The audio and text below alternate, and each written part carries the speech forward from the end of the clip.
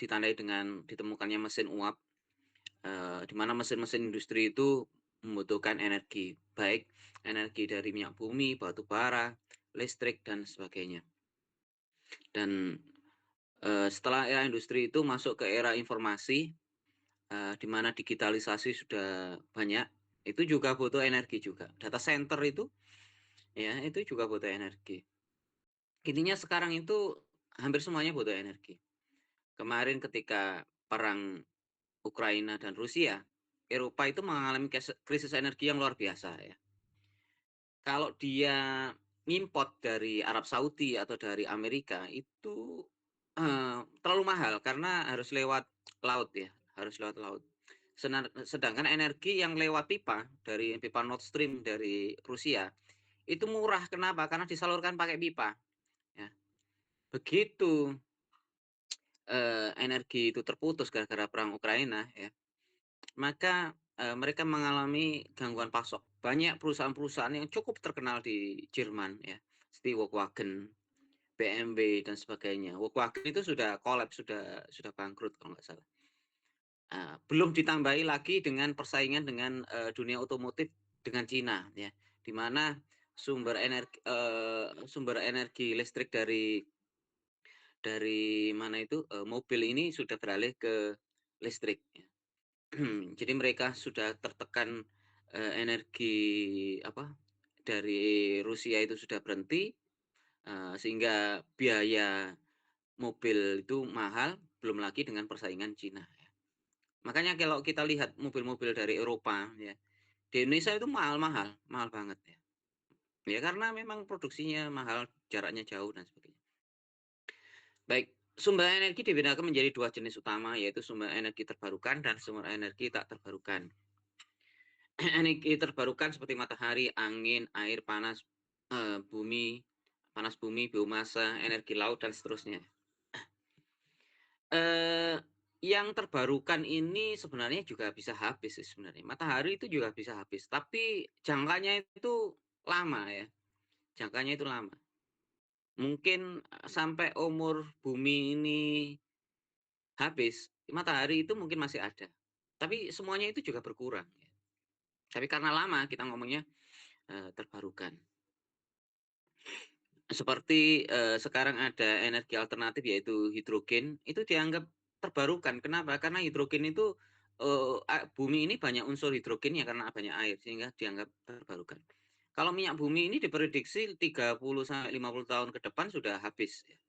Makanya sekarang orang berlomba-lomba mencari energi alternatif.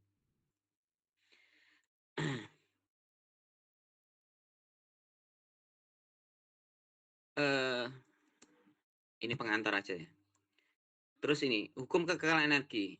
Hukum kekekalan energi itu menyatakan bahwa energi tidak dapat diciptakan atau dimusnahkan, melainkan hanya dapat diubah dari satu bentuk ke bentuk lain. Jadi energi di alam itu konstan ya. Di ruang tertutup itu konstan. Dia hanya berubah bentuk aja. Energi yang paling mudah dirubah bentuk adalah listrik. Ya. Jadi energi yang mudah dirubah bentuk itu listrik. Jadi kalau sudah jadi listrik itu mau jadikan apa saja bisa. Tetapi kalau energi yang lain itu agak kesulitan ya. Butuh alat yang lebih banyak. Tapi kalau listrik, apapun alatnya itu mudah. Ya. Bahkan peralatan-peralatan di sekitar kita ya rata-rata sumbernya energinya listrik. Ya. Dan sekarang termasuk mobil pun sudah ganti listrik. Energi dapat ditransformasi dari satu bentuk ke bentuk lainnya seperti energi kimia menjadi energi kinetik, energi listrik menjadi energi panas, dan sebagainya.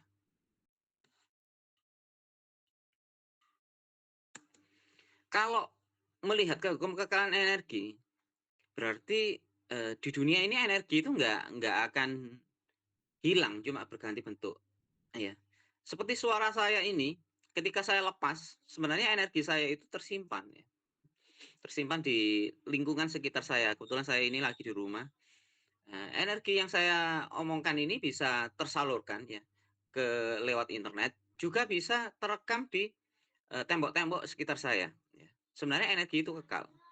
Cuma kita nggak bisa memunculkan rekaman itu ya. Kalau di tembok kita nggak bisa memunculkan. Tetapi kalau itu direkam di komputer, di flash disk, di SSD, itu bisa dibangkitkan. Jadi energi itu intinya itu di mana saja itu kekal. Sehingga nanti suatu saat jika ada teknologi yang bisa membangkitkan rekaman yang ada di tembok, maka tembok-tembok itu bisa menjadi saksi ya, menjadi saksi apa yang kita lakukan. Makanya di akhirat itu semuanya itu bisa bersaksi karena energi itu sebenarnya tidak hilang.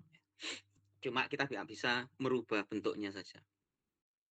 Oke. Energi listrik memiliki banyak keunggulan dibandingkan dengan bentuk energi lainnya. Energi listrik mudah dirubah menjadi bentuk seperti cahaya, panas, dan gerak. Terus kedua, energi listrik itu mudah ditransmisikan, ya, dan hitungannya detik, ya. Kalau Anda minyak bumi ada di Kalimantan, mau menyalurkan ke Surabaya itu butuh berhari-hari, ya, berhari-hari. Atau di sini umpamanya kilang minyaknya itu, depo kilang minyaknya itu di mana ini, Tanjung Perak umpamanya ya. Tanjung Perak itu ada depo, minyak Pertamina. Disalurkan ke Bojonegoro ya, menggunakan mobil-mobil itu butuh berjam-jam. Tapi kalau listrik dari Python sana ya, di Python, disalurkan ke Surabaya, hitungannya itu nggak detik ya, hampir instan gitu kan. Nah inilah kelebihannya dari energi listrik. Dan energi ketika disalurkannya itu juga lebih efisien.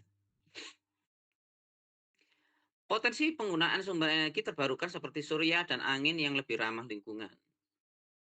Jadi sumber energinya ini, listrik ini juga bisa sumbernya bisa diganti ya. Kalau saat ini, kalau dulu ya, dulu ketika saya masih SD itu, pelajaran itu mengatakan bahwa sumber energi listrik itu aslinya itu adalah dari PLTA. Tapi zaman sekarang nggak cukup ya, PLTA itu nggak bisa memenuhi kebutuhan energi satu Surabaya, nggak bisa. Soalnya gedung-gedung sudah banyak ya, peralatan-peralatan listrik sudah banyak, nggak mampu. Makanya dilakukan adalah menggunakan batu bara, saat ini batu bara di Python. Tapi alternatifnya ya sumber energi yang terbarukan seperti surya. Karena dari matahari itu hampir tak terbatas energinya. Dan matahari ini karena dari alam ya, dia lebih ramah lingkungan. Kemampuannya menggerakkan berbagai mesin dan peralatan mulai dari industri, transportasi hingga alat elektronik rumah tangga. Baik arus kuat maupun arus lemah ya. Arus kuat itu untuk industri ya, untuk industri sampai melebur baja dan sebagainya, sampai menggerakkan, robot-robot di industri itu bisa. Atau arus lemah yang ada di handphone kita ya, yang kecil sekali, mungkin miliampere ya, ordernya miliampere, itu semuanya bisa ya. Jadi, mau dayanya besar atau dayanya kecil, listrik. Berikutnya, ini bagaimana mengkonversi, energi itu menjadi listrik? Di pembangkit itu ada generator listrik namanya.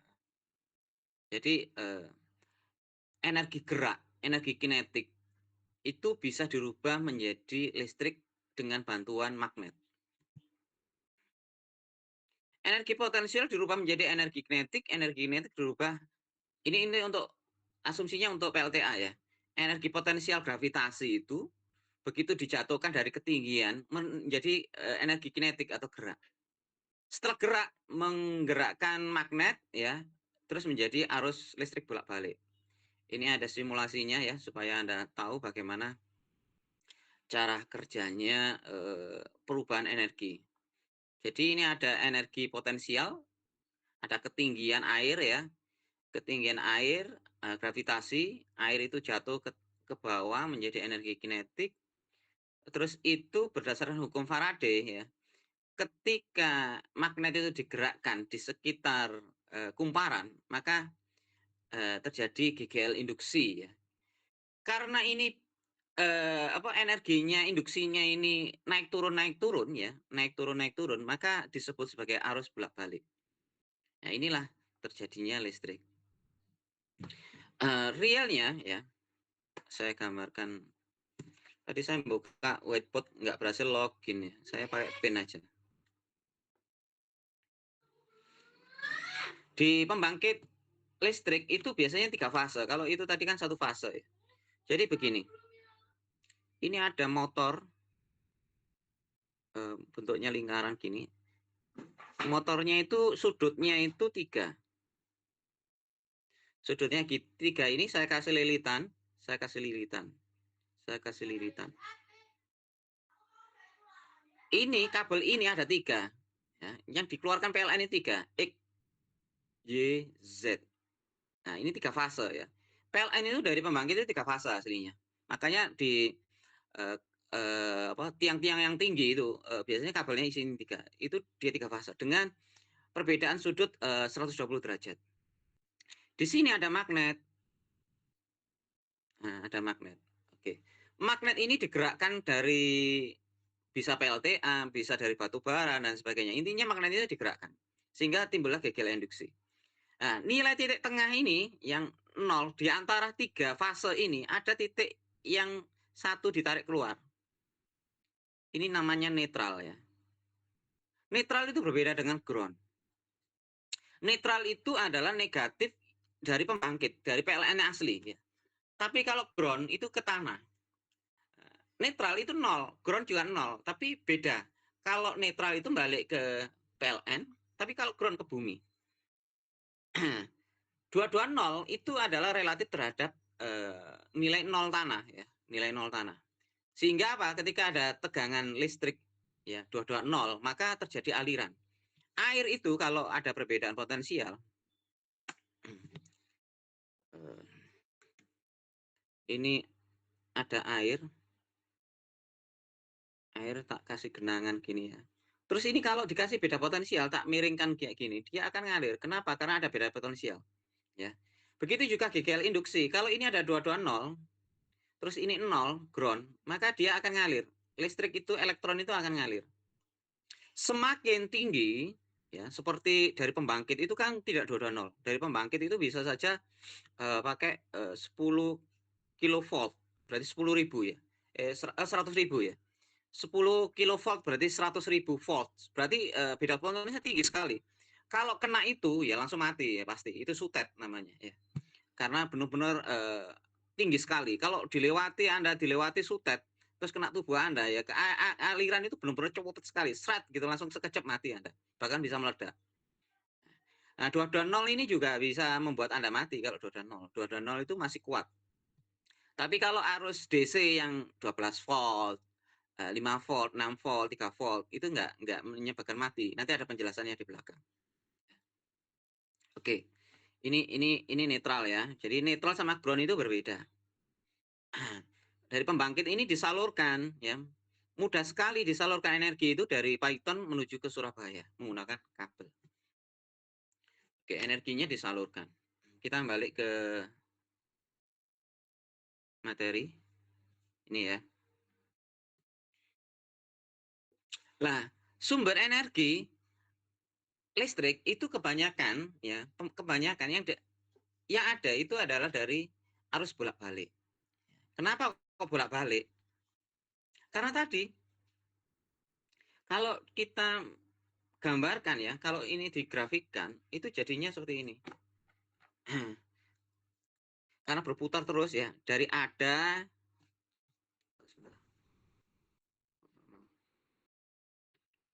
dari tidak ada menjadi ada, terus turun ke bawah, naik, nah naik gini.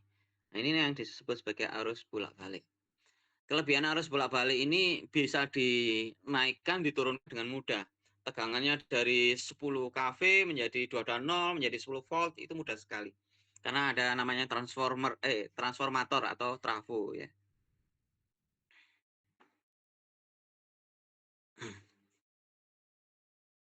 Oke.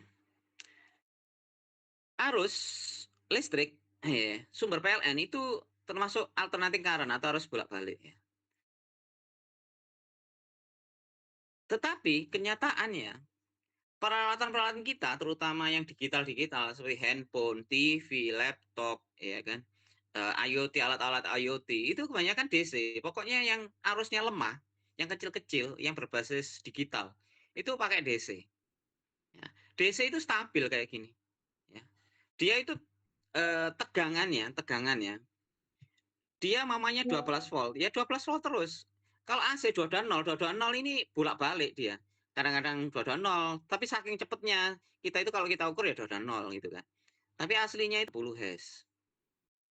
Jadi kalau ada lampu, sebenarnya kalau dialiri arus AC itu dia kedip-kedipnya itu dalam 1 detik itu 60 kali. Saking cepatnya kedipnya, dia nggak kerasa mati gitu ya. Oke.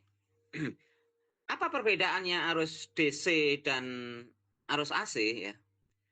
Arus DC atau searah adalah jenis power listrik yang hanya mengalir dalam satu arah ya, dalam satu arah saja. Tanpa pembalikan seiring waktu. Biasanya digunakan dalam baterai, rangkaian elektronik, dan beberapa aplikasi industri. DC power dapat diperoleh dari sumber seperti baterai, panel surya, penyearah yang mengubah AC power menjadi DC. Ya. Jadi sel surya, pokoknya baterai itu tegangannya konstan ya, tegangan konstan. Seperti aki itu 12 volt. Aki itu 12 volt kebanyakan ya, ada yang 24, tapi kebanyakan 12 volt. Kok ada aki kecil sama aki besar itu apakah voltnya sama Pak? Sama. Ya. Kalau Anda beli mobil yang kecil Car City itu biasanya 35 ya, 35. Oh, sorry. Baterainya juga 12 volt. Beli Innova yang akinya besar itu juga 12 volt. Yang membedakan adalah daya tahan lamanya ya. Tapi voltasenya sama.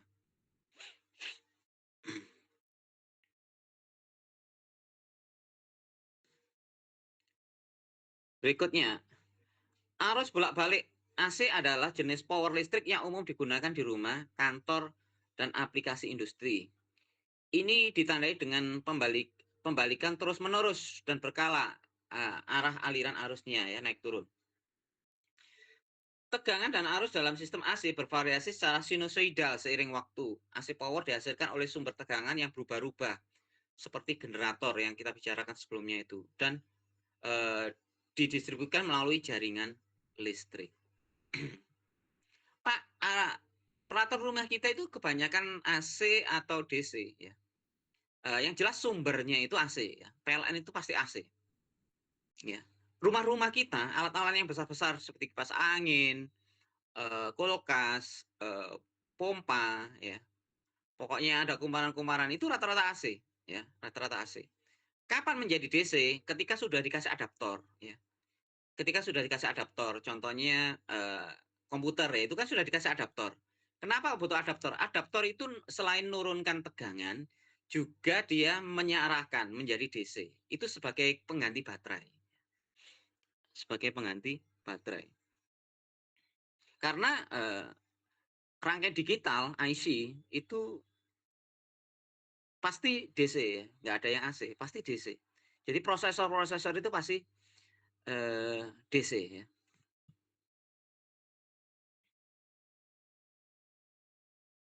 Pak, kalau kita kesetrum komputer itu mematikan nggak? Ya.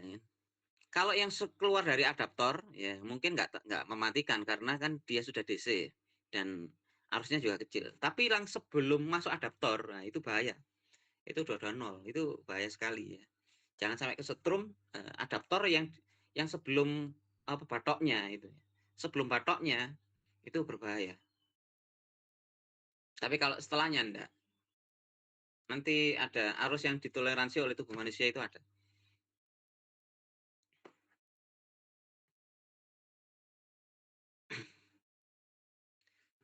Oke, arus DC vs arus AC ya. Apa perbedaannya?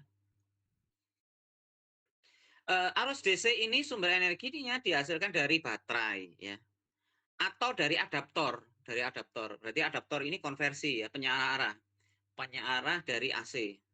Itu sumbernya. Kalau adaptor berarti nyolok terus ke PLN ya, sedangkan baterai ini menyimpan. Sedangkan sumber arus AC dihasilkan dari generator. Arus DC, energi dipindahkan dan bukan ditransmisikan. Jadi kalau Anda pakai DC, energi listrik itu tidak mudah ditransmisikan. Ya. Ditransmisikan itu disalurkan, dialirkan ya. Contohnya saya punya DC di Surabaya, saya punya apa, UPS atau punya baterai, terus tak salurkan ke Magetan gitu, nggak mungkin, nggak mungkin. Yang bisa itu adalah dipindahkan. Jadi baterainya dipindahkan ke Magetan ya. Tapi berbeda dengan arus AC, ditransmisikan. Kalau arus AC itu ditransmisikan pakai kabel itu bisa ya, disalurkan. Berarti ya punya kelebihan dan kekurangan masing-masing. Makanya baterai itu bisa dijual belikan ya. Dijual belikan. Tapi kalau listrik itu ditransmisikan. Arus DC arusnya stabil ya. Arusnya stabil sedangkan arus AC naik turun.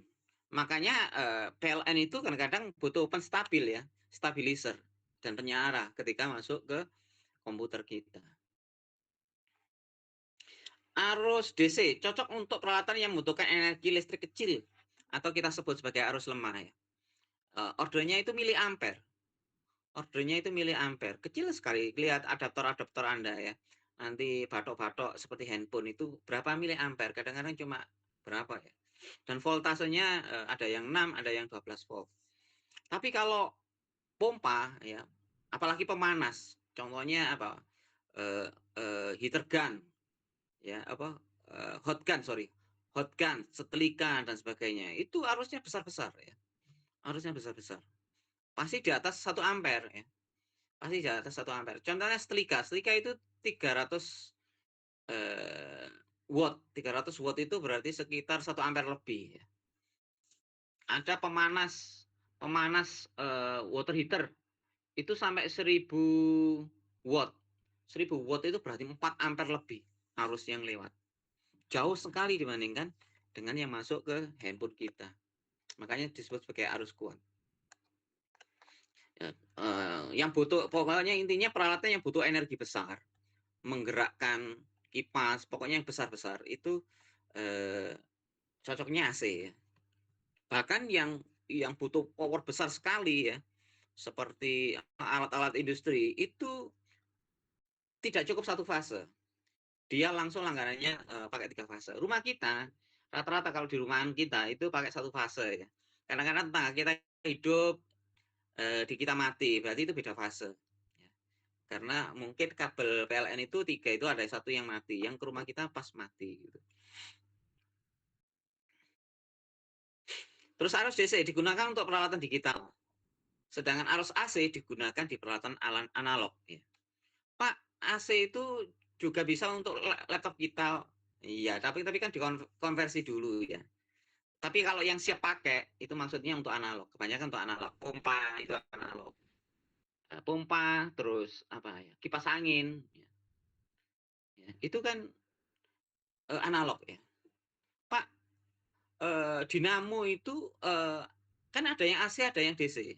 Berbeda ya. Dinamo itu ada 2, ya dinamo AC, dinamo DC. Dinamo AC contohnya kipas angin ya. Kalau dinamo DC ada namanya motor stepper. Motor stepper itu kan biasanya digunakan untuk digital juga. Dia bukan analog tapi digital. Makanya sudutnya bisa dikendalikan dengan presisi karena dia digital. Beda dengan AC analog. Susah dikendalikan presisi ya. Pokoknya dia muter gitu aja. Oke, tegangan bervariasi ya, ada yang 6 volt, 12 volt, 24 volt. Sedangkan PLN ya, PLN di Indonesia itu 22 volt. Ada yang 110 ya. Zaman dulu sebelum PLN masuk pakai diesel, itu ada yang pakai 110 volt. Nah, di Indonesia PLN itu menetapkan pakai 22 volt. Padahal untuk menyalurkan dari pembangkit itu kadang-kadang sampai 10 kV ya untuk menyalurkannya. Tetapi kalau sudah distribusi itu 22 volt. Pak, kalau dikasih tegangan tinggi bagaimana? Kan lebih efisien. Kalau tegangan tinggi itu kan kabelnya butuh kecil gitu kan. Iya, efisien secara kabel. Jadi kalau tegangannya tinggi itu kabelnya nggak butuh besar. Tetapi berbahaya bagi manusia. Ya. Berbahaya bagi manusia. Makanya rumah-rumahan itu tidak pakai tegangan tinggi. Tapi pakai 22 volt standarnya. Dan untuk peralatan yang dipakai manusia seperti jam tangan, smartphone, kenapa nggak dikasih 22 volt? Bahaya, bahaya. Kalau nyetrum mati, ya kan? Karena perangkat-perangkat itu benar-benar berinteraksi dekat dengan kita ya. Kalau dikasih 2 volt itu bahaya sekali, bahaya sekali. Ya, makanya peralatan-peralatan yang dekat dengan kita, yang sering kita pakai biasanya tegangannya kecil-kecil. Nah, ini untuk menghindari bahaya. Ya. Oke, contoh untuk DC ada smartphone, PC, LED, LED ini light emission dioda. LED itu dia DC, ya. Dia DC. Makanya LED-LED itu butuh ini adaptor ya. Dan dia energinya efisien sekali, ya. Efisien sekali. Terus ada motor stepper ya. Terus contoh AC ada kipas angin, pompa air, lampu, kulkas dan lain-lain. Sampai di sini suara saya masih jelas di sana? Masih, Pak. Jelas, Pak. Oke. Jangan ditinggal tidur ya, soalnya siang ini. Saya khawatir ngomong terus Anda tidur. Oke, lanjut ya. Kita bahas sumber energi untuk DC ya. Baterai ya, sekarang baterai. Baterai itu ada 2, baterai primer atau sekali pakai. Ada zinc karbon ya, pakai yang ABC yang warna biru biasanya ya. Ini kalau dibuka itu benar-benar kayak serbuk karbon gitu ya. Ini murah ya, ini murah. Zaman dulu, baterai-baterai zaman dulu itu modelnya pakai ini. Harganya cuma beda jauh. Tapi daya tahannya beda ya. Terus ada baterai alkalin atau alkali. Alkali itu kan kalau di kimia itu di golongan unsur logam ya, alkali ya. Ada alkali tanah dan sebagainya. Kalau karbon itu kan di tengah, unsur di tengah. Kalau kita di reaksi kimia itu kan di tengah karbon itu. Yang zinc karbon itu. Nah, ini yang alkalin ini tahan lebih lama. Terus ada litium. Litium ini lebih tahan lama lagi, dan tapi mahal. Litium ini mahal. Biasanya dipakai di mana itu? Di baterai-baterai seperti CMOS ya. Itu litium. Jadi umurnya lebih panjang sekali ya. Kalau alkali itu kuat dan lama, tetapi nggak lama-lama banget. Tetapi kalau litium itu lama dan nggak terlalu mahal. Contohnya apa? Baterai CMOS, baterai-baterai remote ya, yang kecil-kecil itu. Terus ada lagi baterai silver oxide itu juga baterai kecil, baterai jam, tapi yang lebih mahal. Ya. Ini lebih mahal. Oke, di situ baterai primer ini ada yang ukuran A3, A2 ya, itu nggak kelihatan ya. Ini PPT saya potong itu. Ada C, ada D. Satu baterai itu tegangannya ya tegangannya atau voltasenya itu 1,5 ya. Kalau remote Anda itu 3 volt, berarti baterainya butuh 2. Kalau 6 volt, berarti baterainya butuh 4. Ya. Jam dinding itu baterainya 1 ya. Ada yang pakai A3, ada yang A2, berarti itu cuma tegangannya 1,5. Arusnya kecil sekali berarti. Kecuali baterai kotak. Baterai kotak itu 9 volt. Ya. Baterai kotak ini 9 volt. Yang lain-lainnya adalah 1,5. Dibuat 1,5. Jadi kalau kurang berarti dirangkai seri ya. Dirangkai seri sesuai kebutuhan. Ada yang keyboard itu ada yang butuh sampai 4, keyboard wireless itu ya, yang benar-benar pakai baterai biasa. Terus ada baterai sekunder. Baterai sekunder ini rechargeable. Dia bersifat kapasitif. Dia bersifat bisa menyimpan ya. Kapasitif itu, kapasitas itu berarti menyimpan, kapasitif menyimpan ya. Ada yang baterai nikel kadmium, nikel metal hidrid, baterai lithium ion dan seterusnya ya.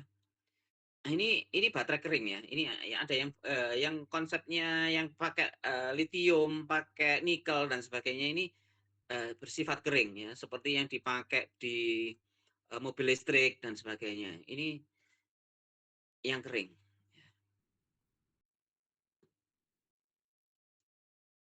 Dan itu bisa dicas ulang karena dia bisa bersifat menyimpan ya. Tetapi juga ada umurnya ya, ada umurnya. Ada yang nyimpannya kuat tetapi umurnya pendek. Sebenarnya di mana itu power bank itu isinya ya baterai sebenarnya. Baterai-baterai gini cuma dirangkai. Kalau dia kapasitasnya itu namanya 9.000 apa VA ya, apa ya namanya watt atau apa saya lupa. Nah, berarti baterainya dirangkai banyak. Ya. Nanti setelah dibuka ternyata kok baterainya sedikit dan nggak sesuai spesifikasi itu palsu. Ya. Ya kadang-kadang yang dari Cina itu power bank itu kecil-kecil tapi ngomongnya besar-besar ya. Padahal itu tulisan aja palsu ya. Nggak sesuai aslinya. Jadi powernya nggak segitunya lah ya. Cuma ditulisan aja biar orang seneng. Oh, 1.500 kapasitasnya atau 10.000. Oke, selain baterai ada yang namanya acu atau aki ya, akumulator, pengumpul ya. Akumulator ini ada dua juga. Ada yang basah dan ada yang kering. Basah itu berarti asam sulfat ya, pakai asam sulfat. Biasanya dipakai di mobil-mobil. Tapi zaman sekarang itu kepenginnya pakai aki kering ya. Aki basah itu kalau ditaruh di mobil biasanya itu kan ditaruh di depan dan dekat dengan mesin. Kadang-kadang airnya itu menguap, ya. Airnya menguap sehingga harus sering ngisi ya. Kalau dibiarkan airnya berkurang, umurnya nggak lama. Biasanya 1,5 tahun sudah aus ya. Tapi kalau kita sering isi, kadang-kadang bisa 3 sampai 4 tahun. Nah, maka dari itu orang-orang zaman sekarang tidak suka yang aki basah. Maka dia lebih suka aki kering atau bebas perawatan atau ada tulisannya MF ya. Kalau di aki ada tulisannya MF berarti itu free maintenance. Berarti free maintenance ini artinya nggak perlu ngisi air ya. Aki yang nggak perlu ngisi air. UPS itu aslinya itu seperti power bank aslinya. UPS itu aslinya seperti power bank, cuma kapasitasnya besar, ya kapasitas besar dan isinya adalah aki kering, bukan baterai biasa, ya, tapi aki kering. UPS itu juga nggak bisa kita beli UPS terus bisa bertahan 10 tahun nggak bisa. Ya. Paling banter ya 3 tahun sampai 5 tahun. Ya. Jadi harus diganti. Dan UPS itu macam-macam juga.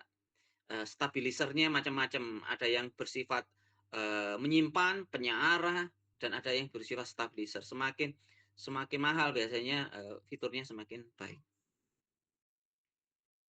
Biasanya di data center itu wajib menggunakan UPS ya. Karena di data center itu kan sumber energi itu harus lebih dari satu ya. Yang pasti dari PLN harus ada. Terus yang kedua adalah dari genset ya, dari genset. Nah, untuk menahan antara PLN dan genset itu butuh perantara yaitu UPS. Jadi UPS ini menahan supaya server tidak mati. Nah, ketika dia mamanya bisa mempertahankan sampai 15 menit, maka gensetnya wajib bisa hidup kurang dari 15 menit. Harus bisa hidup kurang dari 15 menit. Jadi nggak boleh data center itu gensetnya hidupnya 1 jam kemudian, nggak boleh, pasti mati servernya. Karena genset UPS itu nggak ada yang bisa bertahan sampai 1 sampai 2 jam, jarang biasanya. Biasanya toleransinya itu 10 sampai 15 menit itu sudah bagus. Karena genset yang digital ya, bukan genset yang harus dinyalakan manual gitu ya. Genset yang bagus itu ada ATS-nya. Ketika PLN mati dia otomatis hidup sendiri. Nah, dia akan bisa mendeteksinya. Ada namanya ATS untuk mengalihkan energi dari PLN menuju genset secara otomatis. Biasanya dipakai di industri-industri itu biasanya butuh ATS. Jadi dia transisi. Jadi industri-industri itu seperti rumah sakit ya, rumah sakit terutama operasi itu nggak boleh mati, nggak boleh. Harus dia punya genset ya. Dan untuk menahannya itu harus pakai UPS. Oke, sekarang kita menginjak ke sumber energi listrik terbesar ya yang kita miliki. Di Indonesia ini sumber energi listrik itu masih dimonopoli PLN. Hampir nggak ada ya, listrik swasta di Indonesia ini jarang. Bahkan nggak ada ya. Kalau di luar negeri mungkin banyak ya. Kalau Pertamina masih ada pesaingnya ya, seperti sel dan sebagainya. Tapi kalau PLN ini, terutama di Surabaya, saya kok nggak ngelihat ya, nggak ngelihat penyedia listrik selain PLN, nggak ada. Tapi kalau luar Jawa mungkin ada, ya mungkin ada perusahaan-perusahaan swasta ya. Listrik PLN Indonesia menggunakan tegangan 22 volt dan frekuensinya 60 Hz ya. Kalau Anda punya peralatan, namanya tiba-tiba Anda itu beli peralatan dari luar negeri, Anda bawa Indonesia, di situ 110 volt, terus ditancap Indonesia pasti rusak ya, karena nggak cocok. Setiap negara itu punya standarisasi sendiri-sendiri, tapi memang kebanyakan sih 22 volt. Tapi ada negara-negara tertentu itu yang memiliki standarisasi yang berbeda. Colokan aja ada UE ya, ada UE dan ada apa satunya. Indonesia itu tidak mengikuti UE. Kalau UE itu kan colokannya beda ya, stop kontaknya itu beda. Modelnya kayak garpu 3 gitu kalau UE. Kalau kita kan colokannya itu 2.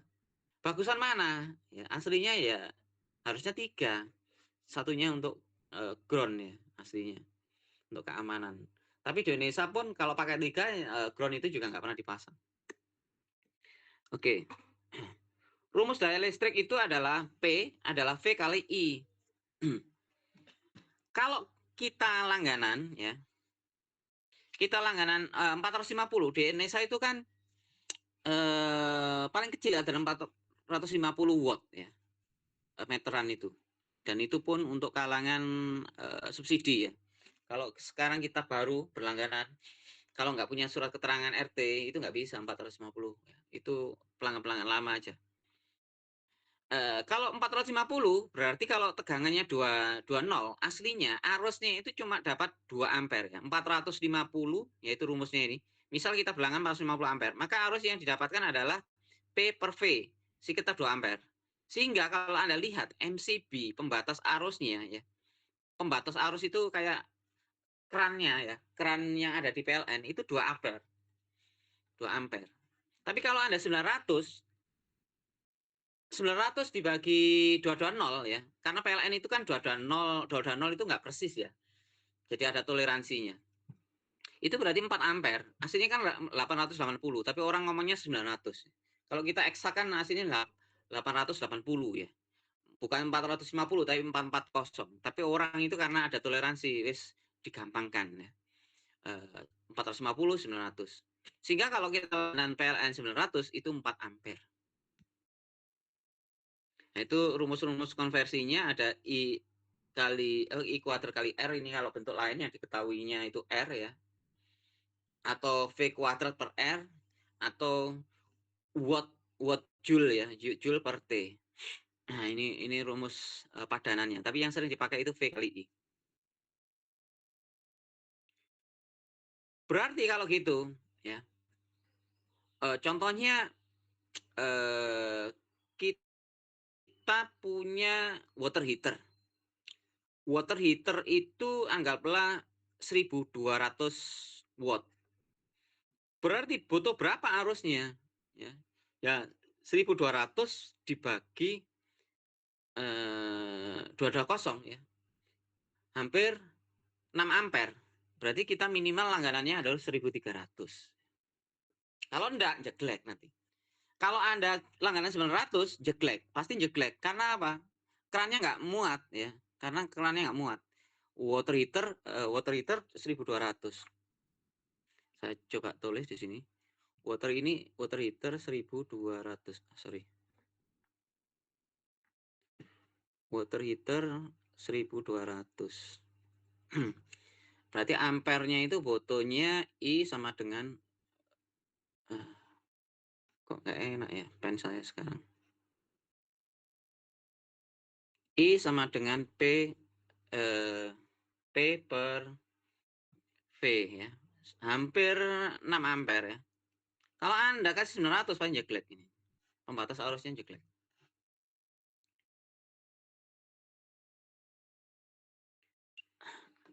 Sekarang definisi kesetrum. Kondisi ketika tubuh manusia terkena atau tersengat aliran listrik, baik itu dari sumber arus listrik langsung maupun dari sengatan listrik statis ya. Tapi kalau listrik statis mungkin cuma kaget aja. Umpamanya kita lagi siang hari bersentuhan dengan teman kita lagi naik sepeda kadang kayak kesetrum gitu ya, tapi itu statis ya. Itu kecil ya. Kadang-kadang kita nyentuh apa gitu kadang-kadang kayak estrum tapi kecil ya. Itu statis. Tapi kalau ya PLN ini benar-benar arus mengalir. Kenapa ini bisa terjadi ya? Karena tubuh manusia itu dapat mengantar listrik ya merupakan konduktor yang baik ya. Kalau kita itu dari arus listrik ya, apa yang terjadi? Saraf kita itu dalam komunikasi dengan otak kita itu pakai listrik ya. Jantung kita, tubuh kita itu penuh dengan ion ya. Kalau arusnya terlalu kuat yang tidak bisa ditoleransi manusia, apa yang terjadi? Jantung bisa berhenti, bertak, saraf-saraf mati ya. Dan yang paling tragis kalau arusnya terlalu kuat itu kita bisa terbakar ya. Karena tubuh kita nggak kuat menahan arus yang begitu besar, maka tubuh kita akan terbakar kosong ya. Tapi kalau nggak sampai besar itu, kadang-kadang jantung kita itu menjadi nggak normal ya. Otak kita menjadi nggak normal dan sebagainya. Makanya ini bahaya. Kesetrum terjadi karena ada perbedaan potensial listrik dari sumber listrik terhadap ground ya. Ground ini bisa kabel netral, bisa tanah ya, atau kabel negatif. Jadi muatan listrik itu bisa mengalir kalau terjadi beda potensial. Ya, umpamanya ada PLN 220. Terus PLN itu kabelnya terbuka. Nah, kita sentuh dan kaki kita nginjak tanah langsung, ya, maka akan terjadi perbedaan potensial yaitu 220. Maka arus mengalir. Karena konduktornya itu tubuh kita konduktor yang baik ya. Kalau pada saat itu di rumah kita itu 900, berarti arus yang bisa ngalir itu sampai 900. Sorry, 4 ampere, 4 ampere. 4 ampere itu pasti mati ya. Kalau terlalu lama, durasinya lama pasti mati. Ya, 4 ampere itu cukup membunuh manusia ya. Karena manusia itu toleransinya 30 mili ampere ya, kecil sekali. Kalau lebih dari itu bahaya ya. Kalau durasinya agak lama pasti mati. Setengah menit aja mungkin mati ya, atau 1 menit mati ya. Karena 4 ampere. Dan karena arus yang masuk ke tubuh kita itu besar, bahkan lebih dari 4 ampere. Kadang-kadang PLN itu bisa jeglek. Kalau kita kesetrum, tiba-tiba jeglek. Kalau langsung jeglek, enak ya. Maksudnya kita nggak sampai terbunuh ya. Tapi kalau PLN-nya itu nggak sampai jeglek ya, itu bahaya. Ya. Ternyata arus yang lewat tubuh kita itu nggak sampai 4 ampere. Cuma 2 ampere mamanya. Maka PLN nggak akan jeglek. Sehingga durasinya lama sekali. Sehingga kita bisa mati dulu sebelum jeglek. Nah, ini bahaya.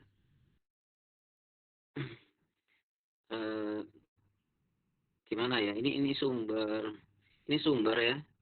Sumber terus ini kita sentuh. Maka ngeground. Besarannya ini ya terasa kuat atau tidaknya itu tergantung arus yang ngalir ya. Arus yang ngalir. Lah begitu ini pakai sepatu nggak terjadi perbedaan potensial. Arus itu memang masuk ke tubuh kita tapi nggak ngalir ya, nggak ngalir. Jadi cuma apa ya? Ya cuma bertahan aja, nggak diem, nggak ngalir. Karena terhenti di sini. Jadi arusnya nggak ngalir. Kita betulkan kabel listrik yang terbuka pakai sepatu, nggak kesetrum. Ya karena nggak ngalir. Intinya supaya nggak kesetrum harus ditiadakan perbedaan potensial itu. Lah burung ya, di atas itu ya, di atas gini ada kabel 3 biasanya. Itu apa ya, hinggap di sini, hinggap di salah satu. Itu nggak kesetrum. Kenapa? Kakinya itu ya di tegangan yang sama. Jadi di fase yang sama. Burung ini di satu fase, yang diinjak itu di satu fase. Tetapi begitu dia membentangkan sayapnya dan sayap yang satunya kena yang fase sebelahnya, itu terjadi beda potensial juga. Ya, tidak harus kena netral, tidak harus ya. Tidak harus kena ground. Tapi kalau kena fase yang lain itu juga terjadi beda potensial. Itu juga mati ya. Tikus itu yang lewat itu nggak akan mati. Ya. Pokoknya intinya kalau megang satu nggak mati ya, kalau di atas. Besaran kesetrum tergantung pada arus listrik dan tegangan listrik. Efek kesetrum, irama jantung, menjadi tidak teratur ya, sehingga bisa menyebabkan kematian, ototnya jadi tremor ya, saraf-sarafnya jadi rusak, terus ada efek terbakar.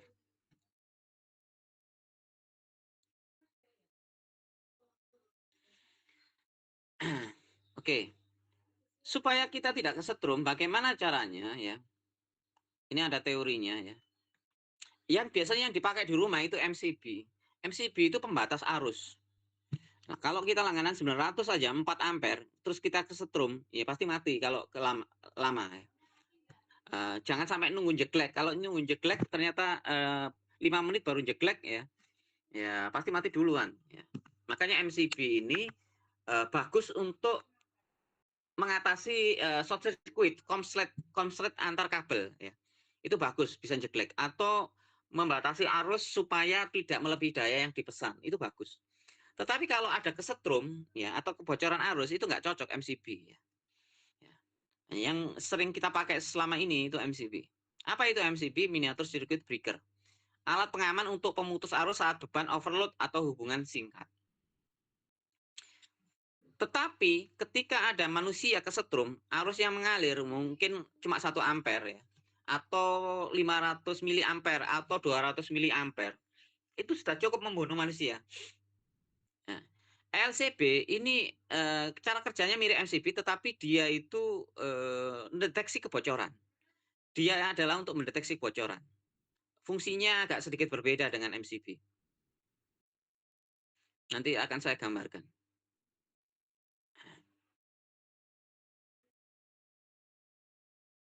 LCB, Leakage Circuit Breaker, alat pengaman untuk pendeteksi arus bocor. Arus masuk positif tidak sama dengan arus keluar netral. Bocor terbuang ke ground di luar kabel netral. Jadi saya gambarkan seperti ini. Jadi saya mulai dari MCB dulu, bagaimana cara kerja MCB. Saya keluar sebentar.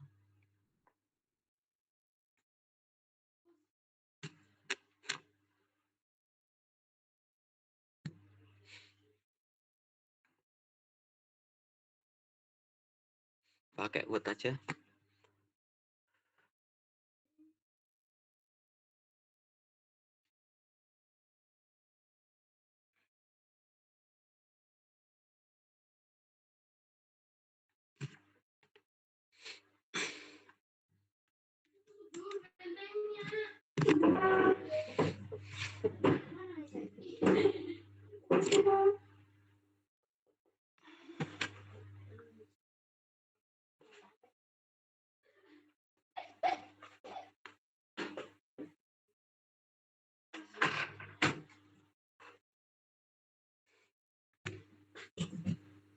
Ini positif, ini negatif, masuk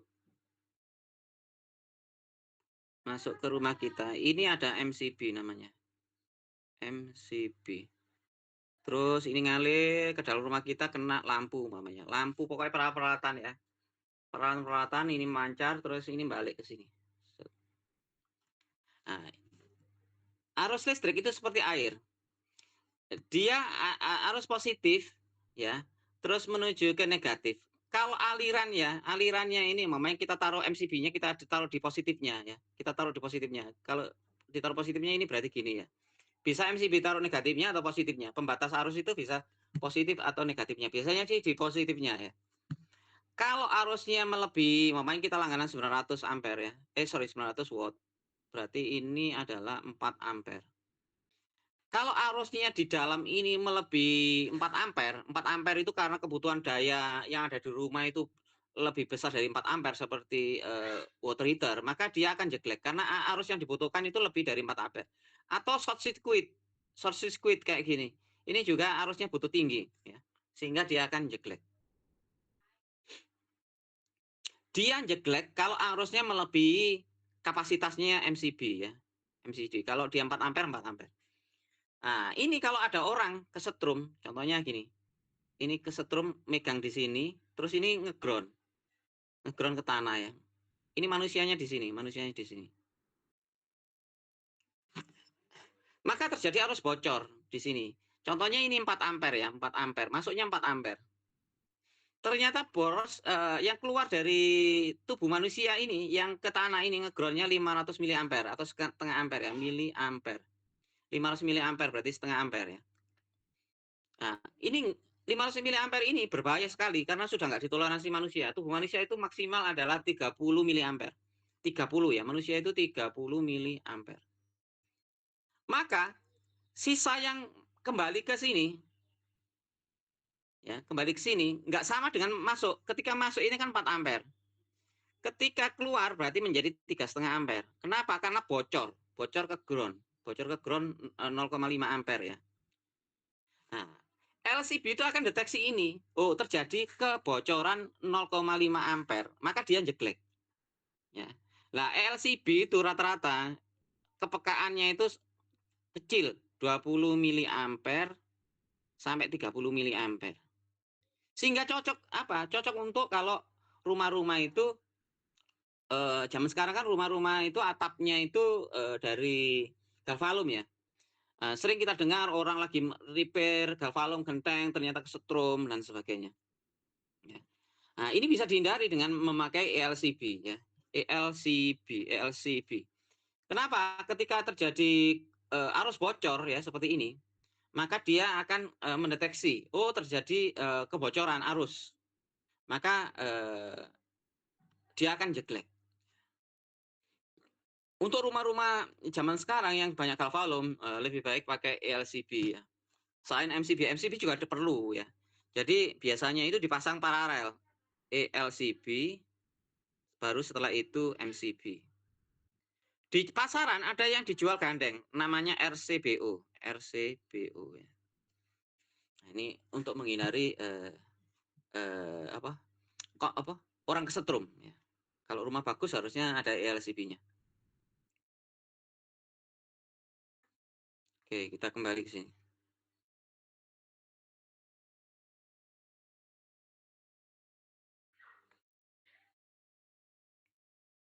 Jadi cara kerjanya berbeda ya. Jadi MCB sama ELCB itu beda. Kalau ELCB itu dia mendeteksi kebocoran. Zaman sekarang PLN itu nggak ada yang di ground ke tanah, itu nggak ada. Kalau Anda pakai meteran listrik yang model digital, kalau Anda itu ada bocor ke tanah, pasti modenya nanti periksa, nggak mau diisi token ya. Kalau zaman sekarang, karena PLN sekarang mewajibkan groundnya itu harus ke netral, nggak boleh di luar itu.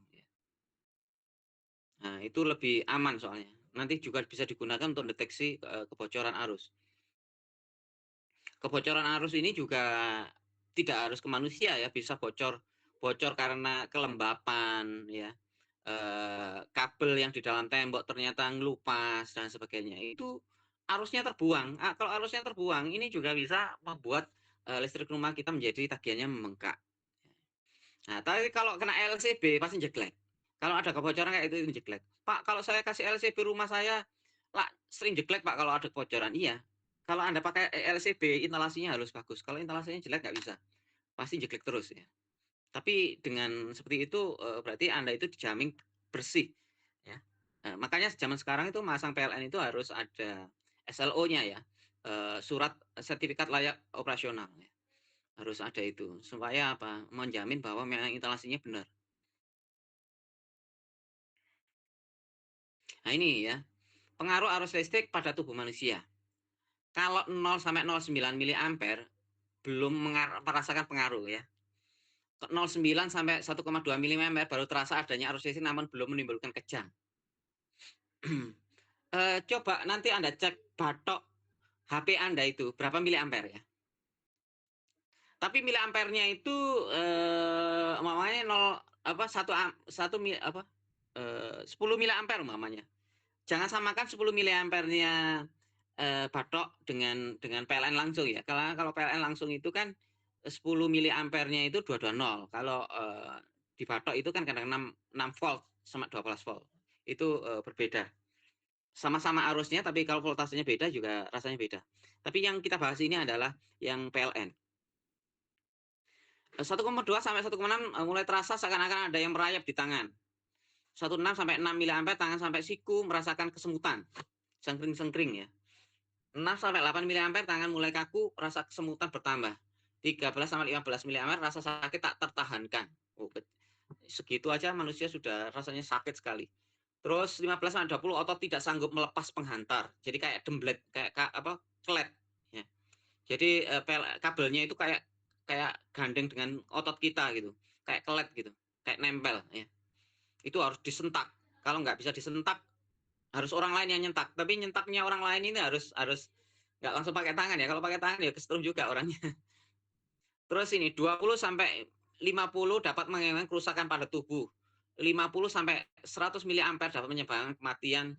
Kalau di atasnya lagi bisa terjadi gosong ya, terbakar. Tubuh manusia itu kayak gosong.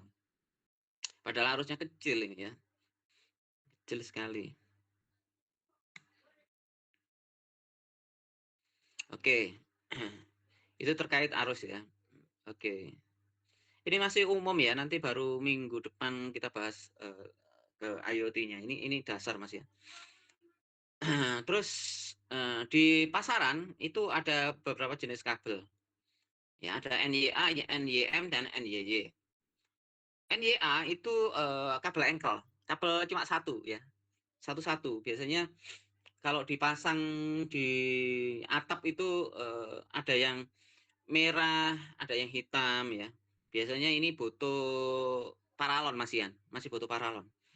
Tapi zaman sekarang ya, kalau zaman dulu itu modelnya kebanyakan NYA. Sekarang juga ada, tapi jarang dipakai. Orang pengen praktis, nggak mau paralon, maka dia pakai NYM. Nah, ditaruh dalam tembok langsung bisa. Ya. Ini juga tahan air karena isolasinya double ya. Dan isinya kalau NYM itu multicore, lebih dari dua, ya, dua atau lebih. Kalau NYA itu satu-satu, satu-satu ya. Kalau NYM itu dua. Dan peruntukannya dia itu untuk indoor. Ya. Berikutnya ada NYY, ini hampir sama dengan NYM. Cuma dia double, isolasinya double. Jadi di gigi tikus itu nggak kuat. Nah, kalau yang kabel NYM ya seperti Etherna yang putih ini di gigi tikus kadang-kadang masih tembus ya. Tapi kalau yang NYY ya, yang warnanya hitam biasanya, taruh di luar, yang miliknya PLN itu, yang hitam itu, yang kelit itu, di gigi tikus nggak apa-apa itu. Ya pokoknya gigi tikusnya nggak besar gitu. Kalau tikus kecil nggak kuat. Itu kuat sekali. Jadi isolasinya kuat. Biasanya NYY ini untuk outdoor. Jadi kalau Anda masang di outdoor ya harusnya pakai NYY ya. Ya untuk antar gedung gitu harusnya pakai NYY. Itulah jenis kabel ya secara umum ya. Nanti ada NYAF dan sebagainya di pasaran. Sehingga Anda nggak boleh keliru ya. Nggak boleh keliru. Kabel berdasarkan fungsi itu ada power dan kontrol ya. Kalau listrik itu power saja. Tetapi kalau nanti kita sudah IoT itu ada kabel power dan ada kabel kontrol atau kabel datanya ya. Seperti kabel UTP itu ada 8 ya. Yang 2 untuk power dan yang 4 itu untuk data. Sisanya itu nganggur kalau nggak salah. Sisanya nganggur. Tapi kalau dia nggak PoE ya, kabel UTP itu yang dipakai cuma 4, datanya saja, powernya nggak dipakai ya. Tapi kalau yang PoE, Power over Ethernet itu dipakai 6. Jadi ada yang digunakan power dan ada yang digunakan data. Di pasaran ya, kalau jangkauannya pendek, biasanya kita pakai kabel pita ya. Seperti nanti kalau kita praktek di microcontroller biasanya pakai kabel pita. Ya, kalau sudah disolder. Tapi kalau nggak disolder biasanya pakai kabel kayak UTP gitu tancap-tancapin aja. Kurang lebihnya itu fundamental untuk kelistrikan kita sebelum nanti kita praktek kelistrikan paling tidak sudah ngerti ya bagaimana menghindari kesetrum ya, ngerti jenis-jenis sumber listrik dan sebagainya. Saya rasa itu silakan barangkali ada yang perlu didiskusikan, nanti yang tanya biasa dicatat. Silakan, Doni, silakan. Pak, saya mau tanya, itu terkait tugas yang ada di Classroom itu yang mana ya, Pak? Soalnya di PPT itu nggak ada keterangan instruksi tugas gitu. Ya, berarti tugasnya cuma baca. Tanda Baik, Pak. selesai. Terima kasih. Iya.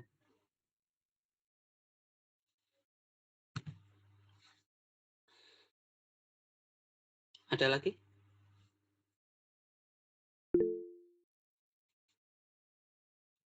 Ya, Muhammad Nofil. Izin bertanya, Pak. Mm-mm. Tadi kan katanya listrik sangat cepat untuk ditransmisikan, misal dari tempatnya di mana tadi kata Pak, Mm. di daerah mana gitu Iya, kan, di daerah itu Surabaya. iya, Nah, tadi di rumah iya. listrik juga ada resistansi kan Pak, apa berarti kan ada penurunan listrik dari saat transmisi karena ada panjang kabel dan ada resistensi selama pengiriman, berarti kan pengirimannya tidak sesuai gitu, misal dikirim berapa ribu berarti sampainya kan nggak Hmm. mungkin sampai segitu karena ada resistensi, atau ada alat Hmm. buat menaikkan lagi atau gimana Pak? Saya Iya, bingung masalah teknis juga.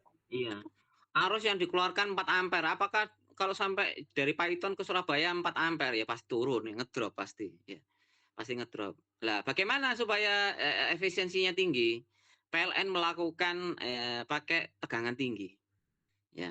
Jadi supaya energinya itu efisien tersalurkan, hambatannya kecil, itu dia pakai tegangan tinggi, makanya pakai sudet itu. Kalau sudet itu tidak bisa untuk rumahan, nggak bisa. Yang jelas sudet itu biasanya antar kota. Jadi cuma untuk murni distribusi, untuk bukan distribusi, untuk transmisi. Beda sama distribusi ya. Jadi PLN itu punya tegangan tinggi, tegangan menengah, dan tegangan rumah ya, TR. Yang tegangan tinggi itu sutet pasti. Yang tegangan menengah itu yang kabelnya 3, yang agak tinggi itu 3, itu tegangan menengah, itu bukan 220 itu. Baru nanti kalau kabelnya besar ya, besar yang gelondongan 1, terus nanti baru dipecah-pecah ke rumah-rumah, itu yang 220. Seperti itu. Nah, jadi untuk mengatasi efisiensi itu dibuat tegangannya tinggi sekali. Pasti ada ngedrop, pasti. Tapi ya itu aturannya. Nanti ada rumusnya. Saya nggak mendetili rumusnya, tapi secara logika dan cara kerjanya yang dilakukan PLN seperti itu. Gitu, Novil. Baik Pak, terima kasih. Ya, silakan Tera. Mau tanya Pak, tadi kan sudah dijelaskan soal ampere ya Pak, kalau manusia itu cuman toleransi sekitar 0, sekian tadi. Nah, mau tanya kalau yang di adaptor charger itu ampernya DC atau AC? Soalnya kan kebanyakan kalau sekarang standarnya charger itu 18 watt itu 5 volt 3 ampere, itu apakah itu outputnya atau gimana? Masih Oke, masih saya masih rancu di situ soalnya. iya. Kalau nggak salah itu kan ada in, ada out ya. Beda, ada in, ada out. Harus masuk dan harus keluar kalau nggak salah. Nanti dicek lagi ya. 18 watt, umpamanya ya 18 watt. 18 watt itu berarti arusnya 18 dibagi 220, itu arus masuknya. Arus keluarnya tinggal aja wattnya kan tetap, anggaplah nggak ada reduksi ya, anggaplah 18 watt itu nggak ada reduksi di situ, atau reduksi sedikit, anggaplah ideal lah, in sama out anggaplah sama-sama 18 watt. Kalau 5 volt ya dengan 18 dengan 18 watt berarti ampernya ketemunya berapa nanti? Pasti keluarnya dari adaptor itu lebih besar. Gitu aja. Karena P sama dengan V kali I.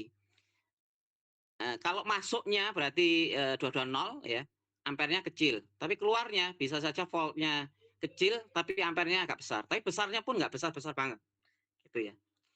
Anggaplah 18 watt ya, 18 watt. 18 watt dibagi 220 itu berapa ya? Kecil ya. Tapi ya masih mematikan itu. Masih mematikan. Tapi kalau DC-nya nggak terlalu mematikan. Kecil sekali. Nanti dicek si Tera, di situ ada in dan out-nya biasanya kalau adaptor itu.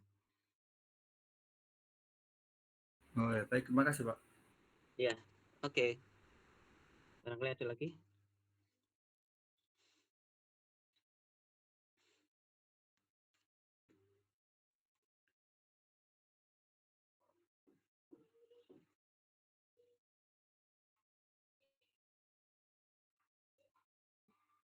Baik, kalau nggak ada materi hari ini saya rasa cukup ya.